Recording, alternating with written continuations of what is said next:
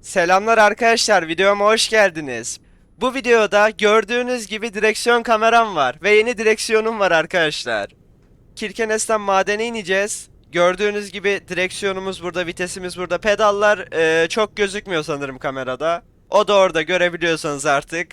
Bu şekilde madene ineceğiz bakalım. Ben de direksiyonu daha yeni aldım, daha birkaç saat kullandım. İlk defa direksiyon setiyle oynuyorum ben de. Biz sizlerle de ilk defa inelim bakalım nasıl olacak. Aracımız çalışıyor zaten. 1'e takıp devam edebiliriz. El frenimizi indirelim. Ayarlamalarını yaptım arkadaşlar bu arada. İlk başta default olarak çok sert bir ayarla geldi. Yani direksiyonu virajlarda falan hiç çeviremiyordum yani neredeyse. O yüzden force feedback'i biraz azalttım. Yine bu tarz kötü yollarda direksiyon falan titriyor, bana güç uyguluyor. Ama komple de döndürmemi engellemiyor. Şu sağ yoldan gidelim bakalım ya. Şu sağdaki yokuştan çıkalım. Biraz yüksek devirli kullanıyor olabilirim. Ona biraz alışmak lazım. Mesela buraya neden girerken debriyaj falan bastım bilmiyorum. Manuel kullanmayı da biliyorum arkadaşlar bu arada. Manuel ehliyetim var ama oyunda biraz daha farklı.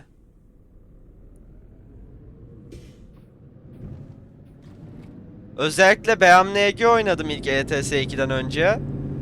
BMWG'de arabayı kaldırmak imkansız gibi bir şey yani. Ya ETS'de 1x zorsa, gerçek hayatta 2x zorsa BMWG'de 5x zor yani. Öyle diyeyim. BMWG'de niye öyle bilmiyorum. Belki bir ayarı falan vardır. Bilgim yok. Arabayı da çok bağırttırdık yokuş çıkıyoruz diye. Bu oyunu 1000 saat otomatikte oynadıktan sonra manuele bir alışma süreci gerekiyor. Evet, 1'de gidiyormuşum çünkü ben 2'deyim sanıyorum. Vitese bile bakmıyorum. Zaten tır torklu, direkt 3'te gidebiliriz. Şöyle 27 ton taş taşıyorum bu arada. Onu da göstereyim. Şuradan bir sağa dönüp yola bağlanalım o zaman. Arkadaşlar bu arada genel olarak video hakkındaki yorumlarınızı yazmaktan çekinmeyin. Hani iyi mi olmuş, kötü mü olmuş, daha iyi nasıl olabilirdi, direksiyon kamerası güzel mi? Genel olarak hepsini yazarsanız sevinirim. Ben de ona göre içeriklerimi daha iyileştirmiş olurum sizin için. Kar modu olduğu için etraf biraz karanlık, kusura bakmayın. Ben bir editte yapabilirsem bir tık daha parlaklaştırmaya çalışırım. Ama çok karanlık, yapacak bir şey yok. Uzunları açınca biraz böyle oluyor da o da çok parlıyor. Bu arada ayarlarımı ben normalde full arcade kullanıyordum. Size de ETS2 ayarlarım videosunda gösterdiğim gibi yatıyorduk, az daha, onu çaktırmayın. Biraz daha gerçekçi ayarlara çektim. Hem fren hassasiyeti olsun, çekici dengesi falan olsun. Yine çok abartmadım. Aşırı en gerçekçi ayarlar değil. Ama ortalama bir şeyler yapmaya çalıştım şu an. Bence gayet okey oldu. Çünkü direksiyon setiyle cidden arcade oynanmıyor. Şunu direksiyon setine sahip olduğunuz andan itibaren hani bir değişiklik geliyor. Böyle bir gerçekçi oynama ihtiyacı geliyor insana. Ama cidden çok güzel bir şeymiş. Ben bu kadar fark ettiğini bilmiyordum direksiyon setinin. Bir de ben eskiden şeyi düşünüyordum. Hani direksiyonun tek amacı, ben bunu döndürüyorum ve oyuna girdisi gidiyor. Aslında hiç öyle değilmiş. Bayağı gerçek gibi, çok fazla şeyi var. Hani ne bileyim, direksiyonu hızlı giderken kendi kendine toplaması, tırtıklı yolda ona göre tepki vermesi, araba çalışmazken direksiyonun dönmemesi falan. Hani cidden bayağı fark varmış. Size de öneri... Allah, Allah, Allah. Pardon. Konuşurken yine vurduk bir yere. Bugün biraz noob günümüzdeyiz. Burada ne oluyor? Arkadaş park etmeye çalışıyor galiba veya kaza yapmış da olabilirler. Biz yine 3'te gidelim.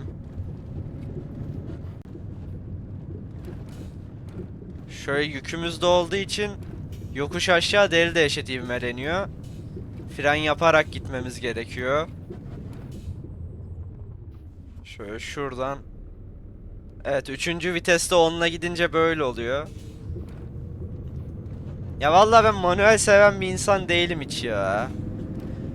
Ama shifter'da aldım bu direksiyonun yanına böyle daha çok tadı çıkar diye ve izlerken de daha çok zevk alacağınızı düşünüyorum otomatiğe kıyasla. Ya otomatikte bir şey yok zaten. Gaza basıyorsun kendi gidiyor. Bugün de biraz daha yoğunlaşmış sanki Promods ya. Normalde bu saatlerde 500-600 kişi civarlarında oluyordu diye biliyorum. Şu an bir 800 kişi vardı galiba yanlış hatırlamıyorsam. Valla yeni DLC falan da geldi aslında. Nasıl arttı bilmiyorum.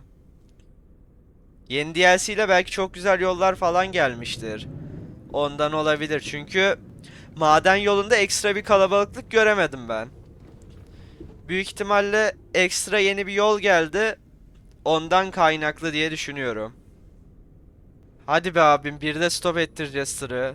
Adamlar birle gidiyor.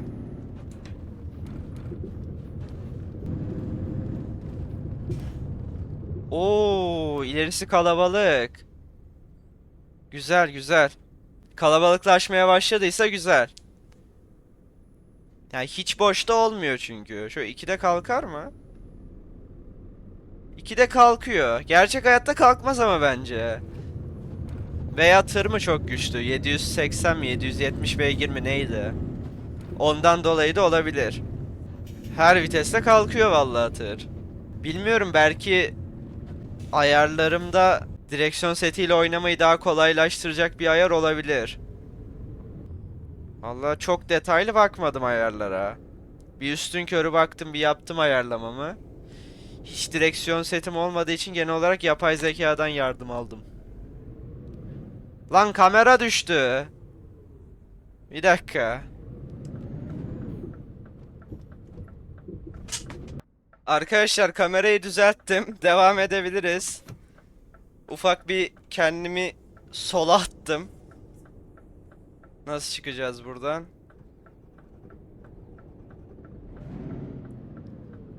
Geri vitese girmedik mi ya? Geri gidemiyoruz arkadaşlar. Ufak bir problem var. Ben çok girdim galiba. Aha. Ulan gerideyiz de. Tır gitmiyor. Hadi lan, diferansiyel bir şekilde çık be. Bire taksak.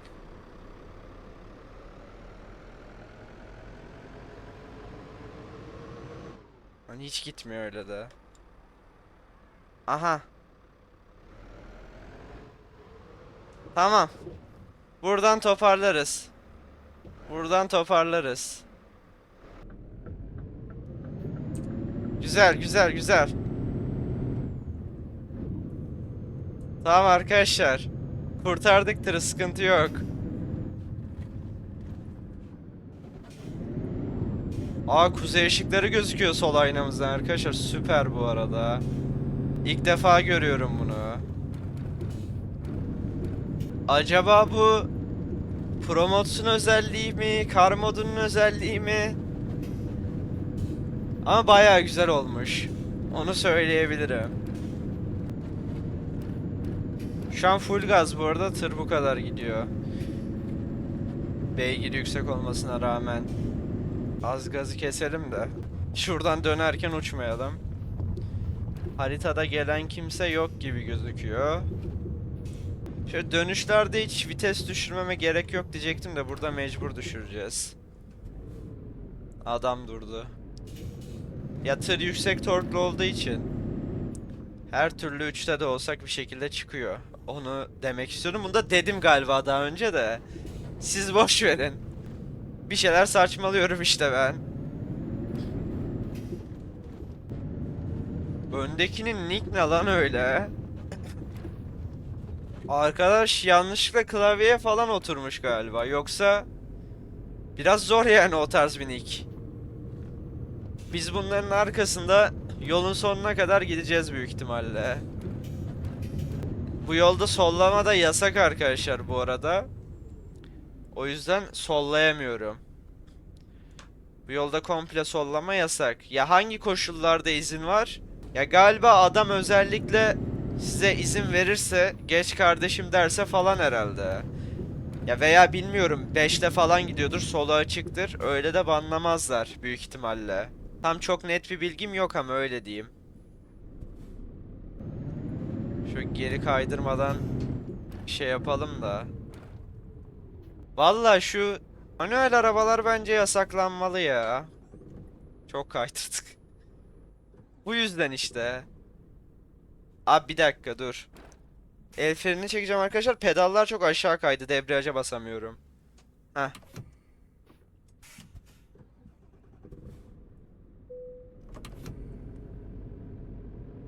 Tamam. Tamam. Arkadakini de çok bekletmedik. Sıkıntı yok. Ya pedallar bazen kayıyor çok basınca. Ona yapacak bir şey yok. Gaz tepkimesi gayet okey. Gaza kolay basılıyor ama fren ve debriyaja biraz zor basıldığı için onlara bastığında kayabiliyor. Haliyle tam debriyaj yapınca veya ani bir fren gerekince kayıyor gidiyor pedallar. Bilmiyorum onu nasıl çözebilirim. Ya çok da fazla kaymıyor da bir hafif gidiyor. Özellikle fren debriyaj aynı anda yaptığımda deminki gibi bayağı sıkıntı oluyor. Bu arada burada duracağım ben. Bir karşıdan kimse geliyor mu ona bakalım arkadaşlar sıfır kamerasıyla. Karşıdan gelen yok, basabiliriz.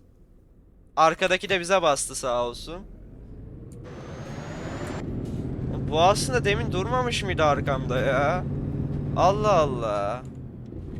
Allah arkayı tam göremedim arkadaşlar.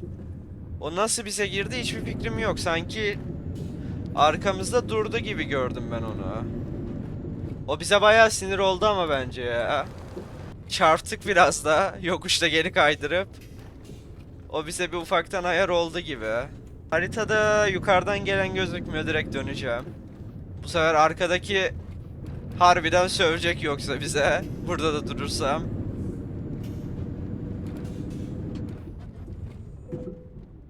Mesela. Fren kaymasın diye basamadım sonuna kadar. %80'den sonra falan frene basmak aşırı zor arkadaşlar. Hani %80'ine kadar falan yine basılıyor. %80'den sonra bayağı sağlam ittirmeniz gerekiyor. Öyle de pedal kayıyor. Gerçek arabada da öyle aslında. Gerçekçi olmuş da kaydığı için biraz sıkıntı. Ya mesela yarım debriyaj yapıp direkt gaz verdim. El frenini çek indirdiğim gibi. Ya bence öyle kaymaması gerekiyordu. Bilmiyorum. Evet bu arkadaş keyfi vuruyor ama bana ya. Onu fark ettim mi? O zevkten vuruyor yani. Başka bir şey değil. Olmadı pedalların altında vida deliği var. Şey yapabilirim. Parkeye bir tane vida atarım. Onu da tam deliğin oraya gelecek şekilde.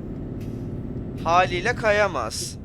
Evet büyük ihtimalle öyle yaparım. Çünkü bu kayma sorununu çözmek gerekiyor. Ama gerçi normal pedalları kullanmazken ayağımın altında bir vida olmuş olacak. Dert değil aslında ya. Ona bir kapak mapak ayarlarız arkadaşlar. Büyük ihtimalle öbür videoyu halletmiş olurum o sorunu. Böyle çünkü frene basmamak için adama giriyoruz. Çok da hoş olmuyor. Vallahi bu aralar Minecraft sunucusu falan da açtık da. Şu direksiyonu aldığım için galiba genel olarak ETS oynayacağım ben hep ya. O sunucu işi biraz daha rafa kalktı gibi oldu sanki. Yani çünkü hem direksiyonla içerik çekmek istiyorum şu an yaptığım gibi. Hem de çok sarıyor abi direksiyon. Ben çok zevk alıyorum. BMNG videosu da gelebilir aslında. BMNG'de bayağı güzel oluyor direksiyon. Ama şöyle bir olay var orada. BMNG'de neyi izleyeceksiniz? Burada en azından... Abo. Mesela öndeki arkadaş kayıyor falan bir şey oluyor. Bir heyecan, trafik bir şey var. BMNG'de dümdüz araba sürüyoruz. Onun çok bir içerik olacak tarafı yok gibi. Öyle düşünüyorum. Arkadaş bayağı kaya kaya gidiyor. Onda da kar modu var belli ki. Arkasında dorsi olmadığı için sağlam kayıyor arkadaşlar. Harbiden bayağı kayıyor. Özellikle adam işte ESP, ABS falan o tarz şeyleri de kapattıysa cidden tır düz yolda gitmiyor. Ayrıca bir de 6 tekerlek almış tırı. O da ekstra kaydırıyordu sanki. Çünkü ben eskiden ilk başladığım zamanlar burada 8 tekerlek kullanıyordum. Kaymaktan gidemiyordum. Onun da etkisi vardır diye tahmin ediyorum. Şöyle bir boşa alalım. Valla kar modunda yokuşta arabayı fren bile zor tutuyor. Frenleme hassasiyetimi de biraz düşürdüm. Çünkü frene dokunduğum gibi şak diye duruyordu tır. %150'yi de eskiden yanlış hatırlamıyorsam %100'e çektim. Daha fazla düşürmemişimdir diye tahmin ediyorum. Şu karşıdakilere yol vereceğim bu arada. Şöyle duralım. El frenini çektik. Rahat rahat geçsin öndekiler. Onlar yokuş çıkıyor. Hem yokuş çıkana yol vermek gerekiyor. Şöyle bekleyelim. Yavaştan şöyle bir hazırlanalım. Açıldı çünkü önümüz.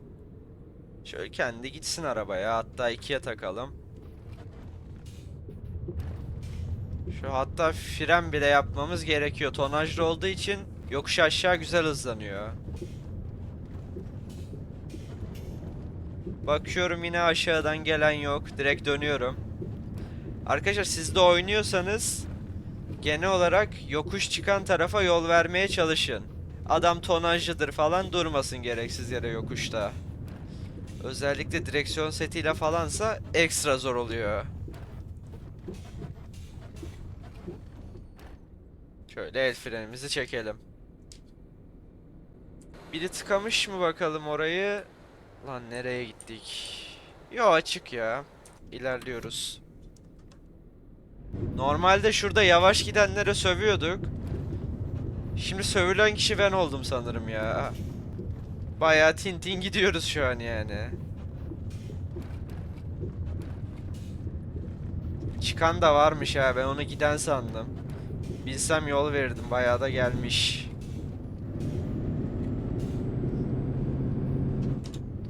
Şöyle dörde takalım hatta ilk defa ama trafik var. Lan lan lan lan lan. Ulan adama girdik ya. Bak hep unutuyorum şu frenleme şiddetimin max'ta olmadığını. Bir de yerlerde kar ya. Hiç durmuyor. Bir de benim ABS falan da kapalı büyük ihtimalle. O yüzden fark ettiyseniz baya geç frenledim. Alışkanlık olmuş. Bir de dediğim gibi frene de çok sonuna kadar da basamıyorum. Bunların üçü birleşince girdik adama. Yine bir durduk. Bakalım ne oluyor. Evet, Trabzonlu, Kastamonulu bir de Derdeniel karşılaşmış böyle. Tamam yavaştan açılıyor. Bunlar büyük ihtimalle şu 402 dönerken Derdeniel bir kafayı soktu. Anladığım kadarıyla. Ondan dolayı ufak bir sıkıntı. Hadi be ablacım be. Lavuk bir de döndüremiyor ya. Bak Türkler hemen solladı geçiyor. Ulan Türkler solladı dedik, kral ne yapıyor? Yandan sıyrılacak gidecek sandım, gidemedi. Koca dorseyi almış döndüremiyor, IQ yazdı. Biraz haklı. Biraz haklı. Sanki tır çeviriyor diyen var. Çevirmiyor büyük ihtimalle. Bunu kim Trackers MP aldı diyen var. Vallahi çok haklı yorumlar ya. Bir admin falan izlese de banlansa keşke şu. Oturduk bir tane adam boş dorseyi döndürmesini bekliyoruz. Tamam artık biz de ilerleyelim yani. Bas kral. Abo, bu da Çinli artı tren. Combo. Bunun zaten hani direkt ilerlemesi mucize. Bu direkt ilerlese zaten şaşırdık. İlerlemese değil. Ulan stop ettirdik tırı. Debriyajı bir tık fazla bırakmışım. İkinci vitese geçmeyelim. Şu öndekilerin ne yapacağı belli olmaz. Bir anda durmaya falan karar verebilirler. Ya da geçelim, çok hızlandılar. Dur dur dur be adam, dur ya. Dönmesem girecek bana. Evet, biri girdi zaten arkadan, hemen girme dediğim gibi. Ulan bu ne böyle? Allah, giren girene biz hani ani de fren yapmıyorum, zaten fren hassasiyetim belli. Evet, yine burada biri boş dorse mi bu? Göremiyorum, ha. İş makinesi var. Önümüz açılmış, hatta arkadaki beni mi sollamış sanki, bakayım. Yo, arkadaki aynı. Önümde sanki bu adam yoktu ama emin olamadım. Önümdeki bu değildi gibi geldi bana. Arabayı da stop ettirip duruyoruz ya. Gerçek arabada yarım debriyaja geldiğimi daha rahat anlıyorum da yine stop ettirmişim, haberim yok. Ya normalde yarım debriyaja getirdiğim zaman bir araba titriyor, bir devir düşüyor. Yani çok rahat anlıyorum da direksiyon setinde bir tık daha zor oluyor. Ama yine çok kolay tabi. Yine direksiyonun bir titremesi lazım ya, değil mi? Bakayım. Yo, ETS2'de direksiyon titremiyor. Normalde titriyordu sanki. Bilemiyorum. Bir de şey çok iyi ya. Mesela şu an direksiyonu istediğim gibi döndürüyorum, değil mi? Buradan mesela tırı kapattım. Daha dönmüyor direksiyon. Gerçek hayattaki gibi. Gerçek hayatta da tır dururken hidrolik sıvısı gitmiyor ya. Bir de üstüne zaten döndürmeye çalışırsan kilitliyor. Bu da aynı o şekil. Güzel yapmışlar. Ya bunlara şaşırıyorum da büyük ihtimalle sizin için çok normal şeyler. Ben ilk defa direksiyon seti kullanıyorum. Şöyle gelen var, o daha çıkamaz. Biz şöyle serisinden bir dönelim. Ulan burada yatmayız değil mi? Dur, bir tık fazla hızlı girdik, az fren yapalım. Şuradan da direkt dönelim. Daha hiç kimseyi bekleyemem vallahi. Yeterince bekledik zaten.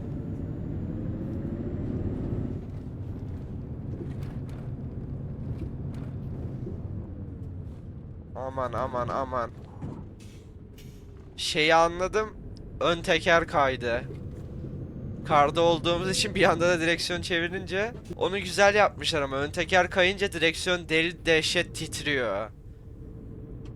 Yani normalde direksiyonu şöyle çevirdiğim zaman böyle gitmesi lazım ya, böyle gidiyorsa gerçekte de zaten titriyor diye biliyorum.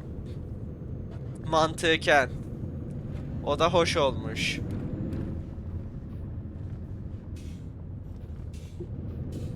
Neyse arkadaşlar, o zaman şöyle bir yere park edeyim.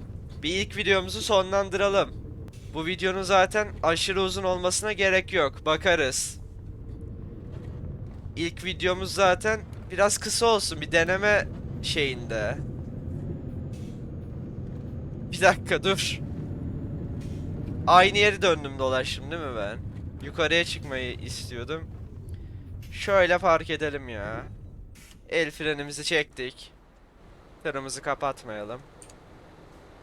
Şöyle bırakalım. O zaman izlediğiniz için teşekkür ederim arkadaşlar. Direksiyon setiyle ETS2 veyahut da başka oyunların videosunun gelmesini istiyorsanız like atıp yorumlarda belirtebilirsiniz arkadaşlar. Bütün yorumları okuyacağım, yani bilginiz olsun. Ne iyi olmuş ne kötü olmuş, ETS2 güzel mi, başka oyun ister misiniz? Her şeyi yazabilirsiniz, bakacağım arkadaşlar. Bir sonraki videolarda görüşmek üzere arkadaşlar. Görüşürüz.